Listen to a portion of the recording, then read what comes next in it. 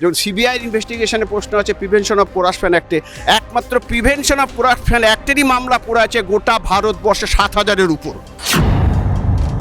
কতদিন চলবে ইনভেস্টিগেশন? বিচার তো করো লোকগুলোর, মানুষ তো বুঝুক যে মানুষ এইগুলো মানে অমুক মিত্র তমুক মিত্র এরা সব অফেন্স করেছে, এরা সাজা পাক, বা মানুষ তো বুঝুক যে বিচার হয়েছে, তারা হয় সাজা পাবে না খালাস পাবে। স্টেট গভর্নমেন্টের, যে কোনো স্টেট গভর্নমেন্টের দেখবেন এদের ভালো ভালো প্রসিকিউটর আছে, তারা 302, 306 মামলা 2 বছর 3 বছর, এখন 1 বছরের মধ্যে মামলাকে কনভিকশন করিয়ে দিচ্ছে। তাহলে সিবিআই হবে না কেন?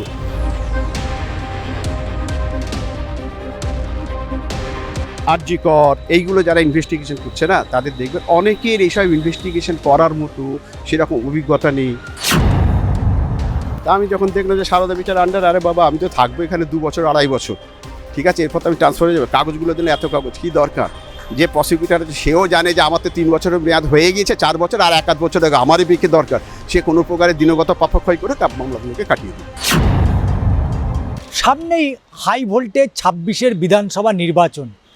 যে কোনো নির্বাচনের আগেই আমরা দেখেছি যে কেন্দ্রীয় 2 তদন্তকারী সংস্থা সিবিআই এবং ইডি তারা যথারীতি তৎপর হয়ে পড়েন এবং বিশেষ করে শাসক দলের যারা নেতা মন্ত্রী রয়েছেন, যেগুলো হয়তো পুরনো মামলা রয়েছে, সেই মামলায় হঠাৎ করে প্রাণ ফিরে পায় এবং ইডি এবং সিবিআই তারা তৎপর হয়ে পড়ে। এ রাজ্যের শাসক দল বারবার এই অভিযোগ তুলেছে, কিন্তু গত যদি 3 দশকের ইতিহাস যদি দেখা যায়, সিবিআই যে সমস্ত মামলার তদন্ত করছে সেই মামলার কিন্তু ভবিষ্যৎ একেবারেই শূন্য হয়ে দাঁড়িয়েছে। কারণ এমন একটা কোনো মামলা যে মামলায় স্মরণে নেই, যে মামলার ধরে সিবিআই অভিযুক্তকে চূড়ান্ত সাজা দিতে পেরেছে নিম্ন আদালতে বিচার প্রক্রিয়া শেষ করে। কিন্তু দীর্ঘদিন এই সিবিআইয়ের প্যানেলে দীর্ঘদিন থাকা, কলকাতা হাইকোর্টে একাধিক মামলা করা এবং সেই প্যানেলের যিনি আইনজীবী, কলকাতা হাইকোর্টের বিশিষ্ট আইনজীবী মোহাম্মদ আশরাফ আলী, তিনি রয়েছেন, তিনি সিবিআইয়ের স্পেশাল পাবলিক প্রসিকিউটর ছিলেন। তার মুখ থেকেই শুনব তিনি তো বহু মামলা করেছেন, কোন মামলায় এই পর্যন্ত সিবিআই তারা চূড়ান্ত পর্যায়ে পৌঁছে অভিযুক্তদের সাজা দিয়েছে। সরাসরি চলে যাব, নির্বাচনের ডঙ্কা বেজে গিয়েছে কিন্তু সিবিআইয়ের ভূমিকা থেকেই যাচ্ছে। আসলে আপনাকে স্বাগত জানাই। এই যে আপনি দীর্ঘদিন প্যানেল লয়ার ছিলেন সিবিআইয়ের, এবং শুধু তাই নয়, এই বিষয়টা নিয়ে আমরা আপনার সাথে কথা বলবো। এবং যে বিষয়টা উঠে আসছে সেটা হচ্ছে যে কেন্দ্রীয় সরকারকে কেন, বা এই সিবিআই বা ইডি দুটোই স্বশাসিত সংস্থা, কেন এই সিবিআই তৈরি করতে হয়েছিল? কি কারণে? দেশ এবং দশের ভালোর জন্য কি তৈরি হয়েছিল, নাকি শুধু শাসকদের বিভিন্ন সময় হয়রানি করার জন্য? দেখুন, সর্বপ্রথম একটা জিনিস আমাদের জানা দরকার যে সিবিআই কেন তৈরি হয়েছিল এবং কত সালে তৈরি হয়েছিল। ঠিক আছে, দেখুন, সিবিআই তৈরি হয়েছিল 1946 সালে দিল্লি স্পেশাল পুলিশ এস্টাবলিশমেন্ট অ্যাক্টের আন্ডারে। তখন সেন্ট্রাল গভর্নমেন্ট ভেবেছিলেন যে ইউনিয়ন টেরিটরির মধ্যে মানে কিছু মানে অফেন্স, সেগুলো ইনভেস্টিগেশন করার জন্য এই আইনটা দরকার, এবং সেই আইনের আওতায় সেন্ট্রাল ব্যুরো অফ ইনভেস্টিগেশন, যেটাকে আমরা সংক্ষেপে বলে থাকি, যে সিবিআই তৈরি হয়েছিল। এবং মেনলি কোনগুলো ইনভেস্টিগেশন হবে সেগুলো ওই আইনের 3 ধারায় বলা আছে, যে অফিসিয়াল গেজেটে যেগুলো সেন্ট্রাল গভর্নমেন্ট ঘোষণা করবেন যে এই অফেন্সগুলো সিবিআই তদন্ত করবে, সেইগুলো ইউনিয়ন টেরিটরির মধ্যে। এবং মেনলি দেখা যায় যে সেন্ট্রাল গভর্নমেন্টে যারা এমপ্লয়ি, ব্যাংক এমপ্লয়ি হোক, যাই হোক, তাদের যে করাপশান, সে করাপশানটা ইনভেস্টিগেশন করার জন্য মেনলি সিবিআইটা তৈরি হয়েছিল। পরবর্তীকালে এটা রেলওয়ের এরিয়াতে এগুলো এক্সটেন্ড করা হয়েছে। এবং সেন্ট্রাল গভর্নমেন্ট এটাও পারেন যে কোনো রাজ্যে central bureau of investigation CBI investigation করতে পারে, মানে এই অ্যাক্টের আন্ডারে। কিন্তু তার জন্য অবশ্যই আপনার সেই রাজ্যের সম্মতি দরকার, যেটা বোধহয় পশ্চিমবঙ্গ সরকার তুলে নিয়েছেন, যার ফলে ইমিডিয়েট আমাদের রাজ্যে কোনো সেন্ট্রাল ব্যুরো অফ ইনভেস্টিগেশনে কোনো ইনভেস্টিগেশন হয় না। এবারে যে প্রশ্ন আসছে যে অনেক মামলা দেখা যায় যে সিবিআই ইনভেস্টিগেশন করছে, যেমন 302 তো আপনার সেন্ট্রাল গভর্নমেন্টের নোটিফিকেশানে নিয়ে 302 ইনভেস্টিগেট করতে পারে। সেখানে দেখা যায় কনস্টিটিউশনাল কোর্ট, অর্থাৎ হাইকোর্ট বা সুপ্রিম কোর্ট যদি কোনো অর্ডার দেয় যে এই মামলাটা সিবিআইয়ের ইনভেস্টিগেশন করবে, সেখানে সিবিআই সেই মামলাগুলো পার্টিকুলার সেই মামলাগুলো ইনভেস্টিগেশন করতে পারে। এবং কী পরিস্থিতি তৈরি হলে সিবিআইকে ইনভেস্টিগেশনের জন্য হাইকোর্ট বা সুপ্রিম কোর্ট আপনার অনুমতি দেয় সিবিআইকে ইনভেস্টিগেশনের জন্য, সেটা একটা বিশেষ প্রিন্সিপাল গাইড আপনার সুপ্রিম কোর্ট দিয়ে দিয়েছে, যার মধ্যে পড়ে একটা ধরুন ন্যাশনাল র্যামিফিকেশন, ঠিক আছে, তার একটা মানে জাতীয় একটা এফেক্ট আছে সেই ইনভেস্টিগেশনে। কিংবা দেখা যাচ্ছে যে এমন একটা ইনভেস্টিগেশন যার উপর থেকে মানুষ আস্থা হারিয়ে ফেলছে লোকাল এর উপরে, আপনার পুলিশের উপরে, সেইখানে মানুষের আস্থা ফিরিয়ে আনার জন্য সেখানে সিবিআই দেওয়া হয়। এরকম অনেকগুলো মানে প্রিন্সিপাল দেওয়া আছে, সেইগুলোকে ফলো করে মোটামুটি ইনভেস্টিগেশনে পাওয়ার দেওয়া হয়।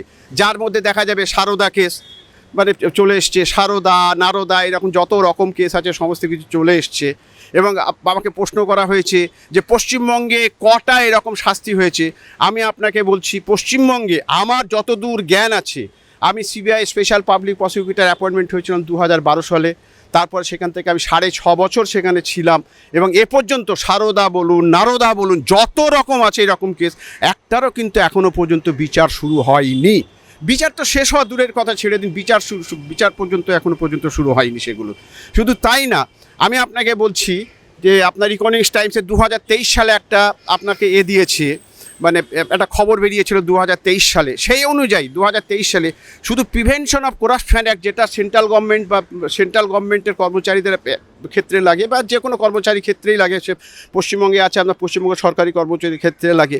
যেমন সিবিআইয়ের ইনভেস্টিগেশনে প্রশ্ন আছে প্রিভেনশন অফ করাপশন অ্যাক্টে, একমাত্র প্রিভেনশন অফ করাপশন অ্যাক্টেরই মামলা পড়ে আছে গোটা ভারতবর্ষে 7,000-এর উপর, প্রায় 7,000। তার মধ্যে 800 মামলা, এরকম 700 থেকে 800 মামলা আছে যার বয়স হচ্ছে 20 বছর। এখনও পর্যন্ত সেই সব মামলাগুলোর ইনভেস্টিগেশন হয়নি, মানে এখনও পর্যন্ত তার কোনো বিচার হয়নি। আর দ্বিতীয়ত যদি বলেন গোটা ভারতবর্ষব্যাপী এখনও পর্যন্ত সিবিআইয়ের যদি বলেন কতটুকু সাকসেসফুল, আমি শুধু প্রিভেনশন অফ করাপশন অ্যাক্টের উপর দিয়েই বলছি। সেখানে বলা হচ্ছে 65 থেকে 70% এরা সাকসেসফুল, বাকিটা কোনো সাকসেসফুল পর্যন্ত না। এবার একটা প্রশ্ন করা হয়েছে যে ইলেকশনে দামামা বাদলি যেন সিবিআই বা ইডি একটা বলে দিই, ইডি আর সিবিআই দুটো কিন্তু আলাদা সংস্থা, দুটো কিন্তু আলাদা অ্যাক্টের আন্ডারে তৈরি হয়েছে। ইডি তৈরি হয়েছে PMLO অ্যাক্টের আন্ডারে, অর্থাৎ প্রিভেনশন অফ মানি লন্ডারিং অ্যাক্টের আন্ডারে। কিন্তু কথাটা হচ্ছে যে এটা হচ্ছে একদম কোরিলেটেড। যখনই কোনো সিবিআই মানে তদন্ত হবে, বিশেষ করে করাপশান কেসে, এই 302 বা এইসব কেসে বলছি না, করাপশান কেস বা 420 কেস, টাকা তছরূপ সম্বন্ধে যখনই কোনো কেস হবে, তখনই কিন্তু ইডি কোরিলেটেড চলে আসবে। কেন? এখানে আপনি মানি লন্ডারিং করেছেন ওই সব অফেন্সগুলো করে, যাকে ওই পার্টটা আমি এখন যাচ্ছি না। যেটা হচ্ছে সিবিআইয়ের যেটা পার্টটা হচ্ছে, বলা হচ্ছে যে ইলেকশনের আগে, হ্যাঁ নিশ্চয়ই আমরা দেখতে পাই ইলেকশনের আগে যেন সিবিআই একটু বেশি তৎপর, কাউকে ধরতে হবে, কাউকে করতে হবে, এর পেছনে যে পলিটিক্যাল আছে সেই সম্বন্ধে আমি যাব না, কিন্তু তৎপর এটা ঘটনা, তৎপর হয়, এটা আপনিও দেখেছেন, আমিও দেখেছি। শাসক দল মাঝে মধ্যে সেটাকে নিয়ে অনেকজন অবজেকশন আনেন, এটাও ঘটনা তৎপর হয়। কিন্তু অন্য সময় দেখা যায় সিবিআই যেন ঝিমাচ্ছে, কোনো নেই, হঠাৎ দেখা গেলো অমুক অ্যারেস্ট করতে হবে, সঙ্গে সঙ্গে তাকে অ্যারেস্ট করে নিয়ে চলে এলো। একটা পুরোনো কেস, হয়তো 5 বছর তার কোনো অ্যারেস্টই হয়নি, একজনকে ধরে নিয়ে চলে এলো, হয়তো মন্ত্রী পর্যায়ে বা কোনো MLA পর্যায়ে কাউকে ধরে নিয়ে চলে এলো। কিন্তু একটা জিনিস জেনে রাখবেন, এই যে MLA বলুন, মন্ত্রী বলুন, এদের মানে বিচার হওয়ার জন্য একটা স্পেশাল কোর্টই আছে, যেখানে শুধু MLA MPদের বিচার হবে। সিবিআইয়ের বিচার হওয়ার জন্য একটা স্পেশাল কোর্টই পড়ে আছে। তা সত্ত্বেও দেখা যাবে হাজার মামলা, গোটা আমাদের পশ্চিমবঙ্গে তো কয়েকশো মামলা এরকম সিবিআই তদন্ত করে পড়ে আছে, এখনও পর্যন্ত তার কোনো ইনভেস্টিগেশন তো এখনও পর্যন্ত সারদা ইনভেস্টিগেশনই শেষ হয়। মাঝে মধ্যেই বলে সাপ্লিমেন্টারি চার্জশিট করছে, মাঝে মধ্যেই দেখতে পাবে খবর। আর বাবা, ইনভেস্টিগেশন কতদিন চলবে ইনভেস্টিগেশন? বিচার তো করো লোকগুলোর, মানুষ তো বুঝুক যে মানুষ এইগুলো মানে অমুক মিত্র তমুক মিত্র এরা সব অফেন্স করেছে, এরা সাজা পাক, বা মানুষ তো বুঝুক যে বিচার হয়েছে, তারা হয় সাজা পাবে না খালাস পাবে।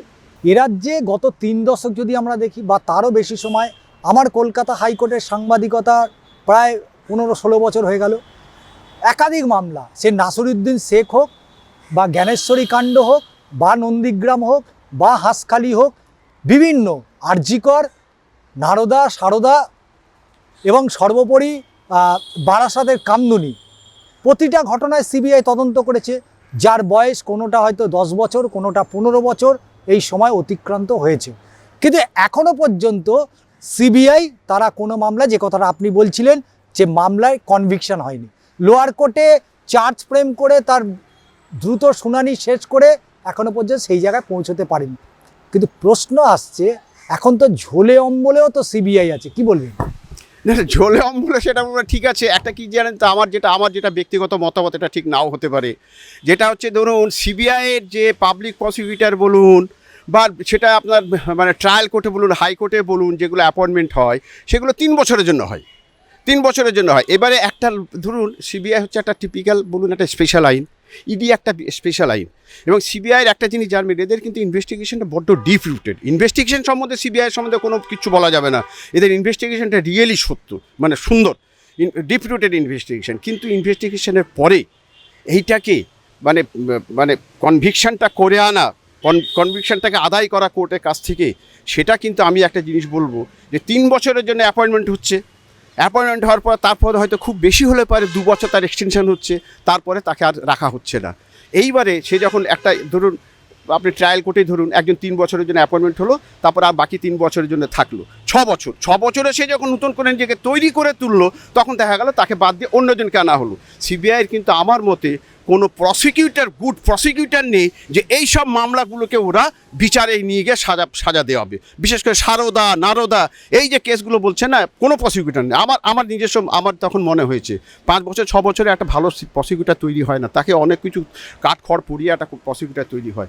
এটা ধরুন সর্বক্ষেত্রে এইরকম হচ্ছে। আপনি যদি আজকে এমনি জেনারেল এতে আসেন, স্টেট গভর্নমেন্টের যে কোনো স্টেট গভর্নমেন্টে দেখবেন এদের ভালো ভালো প্রসিকিউটর আছে, তারা 302, 306 মামলা 2 বছর 3 বছর, এখন 1 বছরের মধ্যে মামলাকে কনভিকশন করিয়ে দিচ্ছে। তাহলে সিবিআই হবে না কেন? সিবিআই হবে না কেন? আর সিবিআইয়ের ইনভেস্টিগেশন একটা জিনিস জানবে, দুটো সিবিআইয়ের ইনভেস্টিগেশনের দুটো স্তর আছে।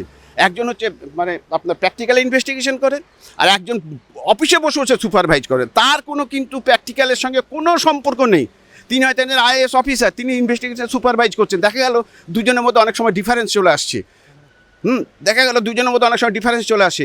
এবার সিবিআইয়ের যারা দেখবেন সিবিআইয়ের আবার দেখবেন কিছু এমপ্লয়েড আর কি, কিছু পাবলিক প্রসিকিউটর আছে, তারা কিন্তু কোনোদিন ট্রায়াল করতে জানে না। তারা ধরুন বিজ্ঞাপন দেওয়া হলো, নেওয়া হবে, 5 বছরের প্র্যাকটিসে 7 বছরের প্র্যাকটিস, 5 বছর 7 বছরের প্র্যাকটিসে সিবিআইয়ের একটা ভালো প্রসিকিউটর হয় না। ফলে আমি বলবো যে সিবিআইয়ের আগে সর্বপ্রথম দরকার ইনভেস্টিগেশনটা যেমন যারা ভালো করে, সেরকম প্রসিকিউটরও দরকার যে ভালো কনভিকশন করানো। কনভিকশন করানোটা মানে আদায় করাটা খুব কঠিন জিনিস জানবেন, কেননা আমরা কোনো মানুষকে কোনোদিনই ধরে নিই না এই লোকটা দোষী। যারা অ্যালিগেশনটা আনা হয় বিশেষ করে তাদেরকে প্রমাণ করতে হবে যে এই লোকটা দোষী, এবং দোষী প্রমাণ করাটা কিন্তু ভীষণ কঠিন জিনিস, এবং তার জন্য ভালো দরকার, ভালো প্রসিকিউটর দরকার। আমি দেখেছি এই কলকাতা হাইকোর্টের নির্দেশও আমরা দেখেছি যে সিবিআই তারা আরজি কর মামলা তদন্ত করলো। কখন তদন্ত করলো না, কলকাতা পুলিশ তারা যখন এসআইটি গঠন করে তদন্ত শেষ করে অ্যাকিউজডকে গ্রেপ্তার করে তাকে অলরেডি সাজা দিয়ে দিয়েছে, মানে অ্যারেস্ট করে নিয়েছে। কিন্তু সেই আরজি কর মামলায় সেই নির্যাতিতার বাবা মায়ের একাধিক অভিযোগ ছিল, কিন্তু সেই অভিযোগের তদন্ত যেটুকু কলকাতা পুলিশ করেছিল সেই তদন্তের বাইরে সিবিআই এক ধাপ এগিয়ে গিয়ে এমন কিছু তদন্ত বা এমন কিছু তথ্য প্রমাণ সামনে নিয়ে আসতে পারলো না, যেখানে তার বাবা মা এবং লাখো লাখো মানুষ যে পথে নেমেছিল যে এই শুধুমাত্র যে এটা একজনের ঘটনা নয়, এর পেছনে এক বা একাধিক ব্যক্তি থাকতে পারে। কিন্তু সিবিআই তারা তদন্ত করছে, তারা স্বচ্ছতার সাথে তদন্ত করছে, কিন্তু সেই স্বচ্ছতার তদন্ত মানুষ কেন দেখতে পাচ্ছে না? আমরা জ্ঞানেশ্বরী দেখেছি, আমরা নাসিরুদ্দিন শেখ দেখেছি, আমরা বারাসাতের কামদুনি মামলা দেখেছি, আমরা এখানে সারদা, এখানে নারদা, আজকে দেবযানী মুখোপাধ্যায় বাইরে চলে এসেছে। এই সিবিআইকে ধরে সিবিআই দিয়ে পার্থ চট্টোপাধ্যায় গ্রেপ্তার হলো, পার্থ চট্টোপাধ্যায় জেলের বাইরে চলে এলো। অনেকেই রয়েছে এই নিয়োগ দুর্নীতি মামলায় যারা সরাসরি ইনভলভমেন্ট ছিল, তাদের বিরুদ্ধে প্রমাণ ছিল, অথচ সিবিআই সময় মতো তারা ট্রায়াল শেষ করতে না পারার জন্য প্রত্যেকে জেলের বাইরে চলে এলো।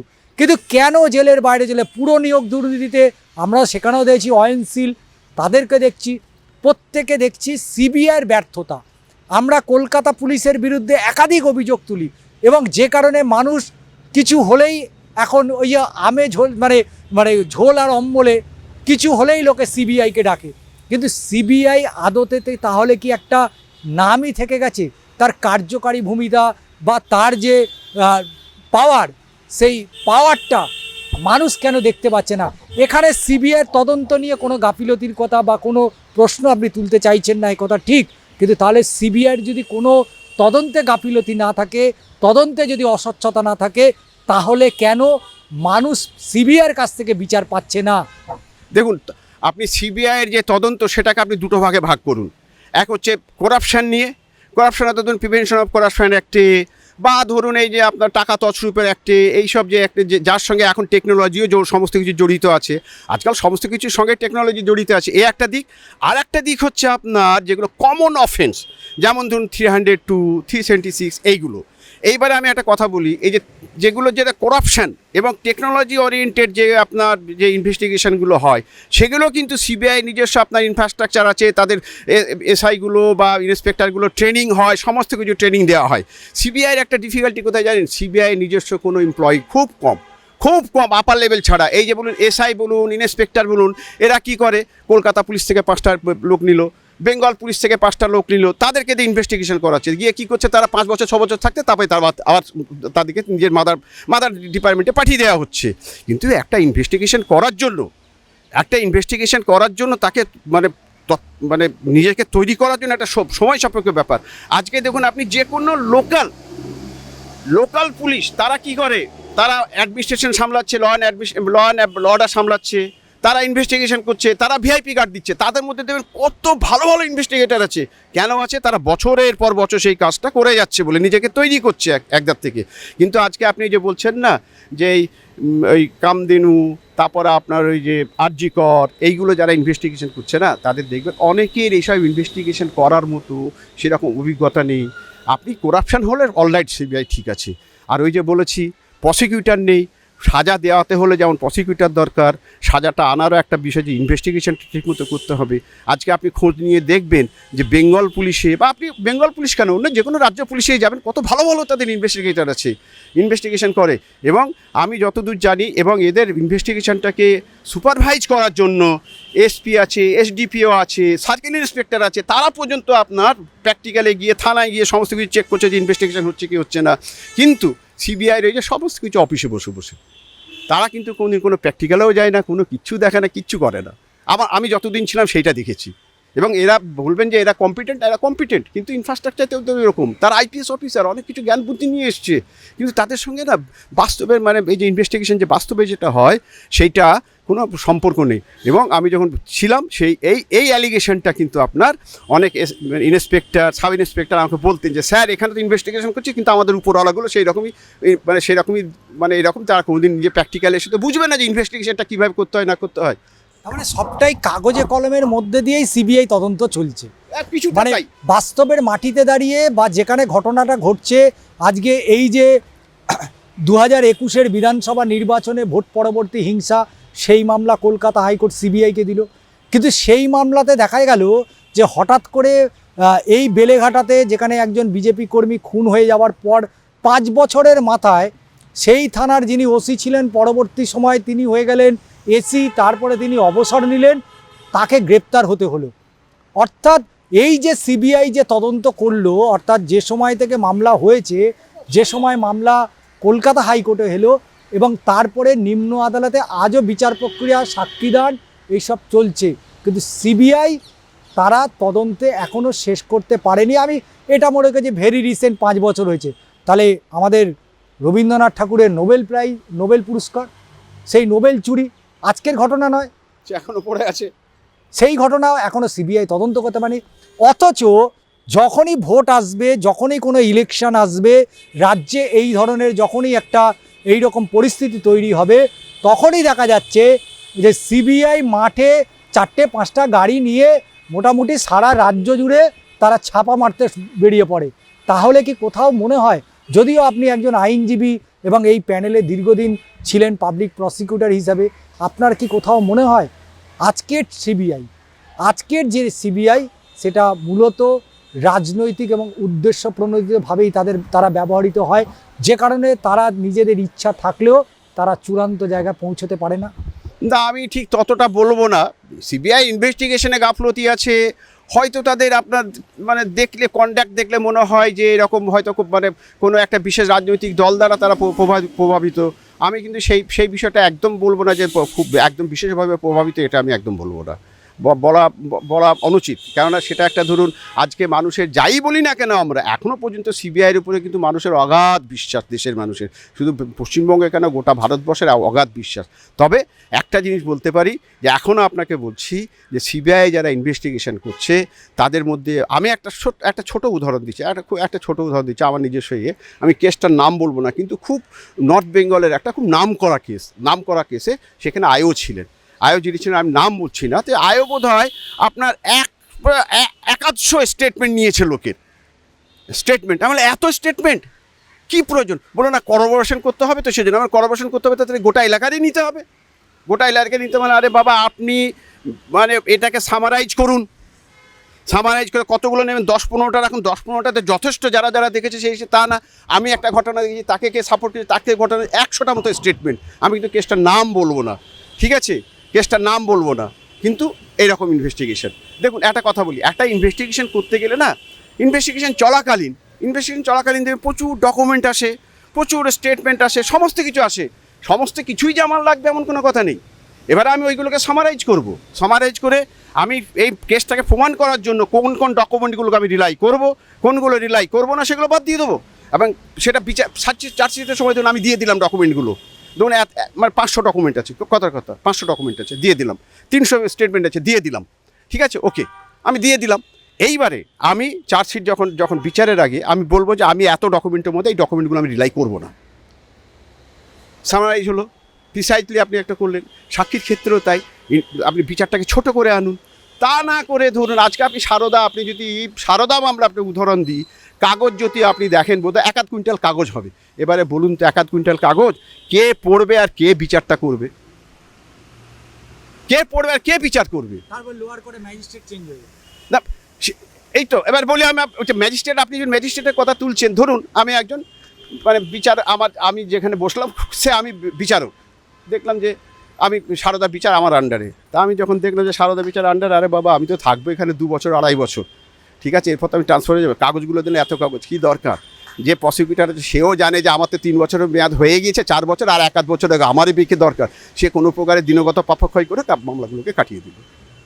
দেখ না হলো বিচার, না দেশের মানুষ বুঝতে পারলো দোষী না নির্দোষ, যে লোকটাকে এতদিন ধরে রাখা হলো সে বুঝতে পারলো না আমি দোষী না নির্দোষ, শুধু ইনভেস্টিগেশনই হয়ে গেল, শুধু ইনভেস্টিগেশন হচ্ছে, কাগজে কলমে ইনভেস্টিগেশন হয়ে আজকে চার্জশিট, আজকে তার সাপ্লিমেন্টারি চার্জশিট, আজকে তার অমুক চার্জশিট, আজকে তার তমুক চার্জশিট, এইসব করে বেড়াচ্ছে। অর্থাৎ এই যে বঙ্গ রাজনীতিতে নয়া যে ইস্যুগুলো উঠে আসছে তার মধ্যে অবশ্যই সিবিআই একটা বড় ইস্যু কিন্তু এবারে 26-এর বিধানসভা নির্বাচনে, কারণ নির্বাচনের আগে আবারও তৎপর হবে এ রাজ্যে সিবিআই এবং ইডি, যত পুরনো মামলা রয়েছে সেই পুরনো মামলা ঘেঁটে কাকে গ্রেপ্তার করা যেতে পারে, কাকে কতদিন জেলবন্দি করা দেখা যেতে পারে, সেই ফন্দি কিন্তু ইতিমধ্যেই শুরু করা হয়েছে। এটা কিন্তু ইতিমধ্যেই বেশ কিছু নির্বাচনের আগে সিবিআইয়ের অ্যাক্টিভিটিস দিয়ে এই বিষয়গুলো কিন্তু আমরা দেখেছি। এখন দেখার বিষয় যে ঝোলে এবং অম্বলে থাকা সিবিআই এই 26-এর বিধানসভা নির্বাচনে আরও কতটা তৎপর হয়, আরও কত মানুষকে গ্রেপ্তার করে, যে গ্রেপ্তারির কারণে এ রাজ্যের বিরোধী দল তারা কতটা সুবিধে পেয়ে যেতে পারে সেটাই এখন দেখার। কারণ বিচার ব্যবস্থায় আস্থা মানুষের ছিল, আছে, থাকবে, তবে সিবিআইয়ের ওপরে কতটা আস্থা রাখবেন আগামী দিনে মানুষ তার উত্তর দেবেন। আজ এই পর্যন্তই, আবারও দেখা হচ্ছে পরবর্তী ভিডিওতে।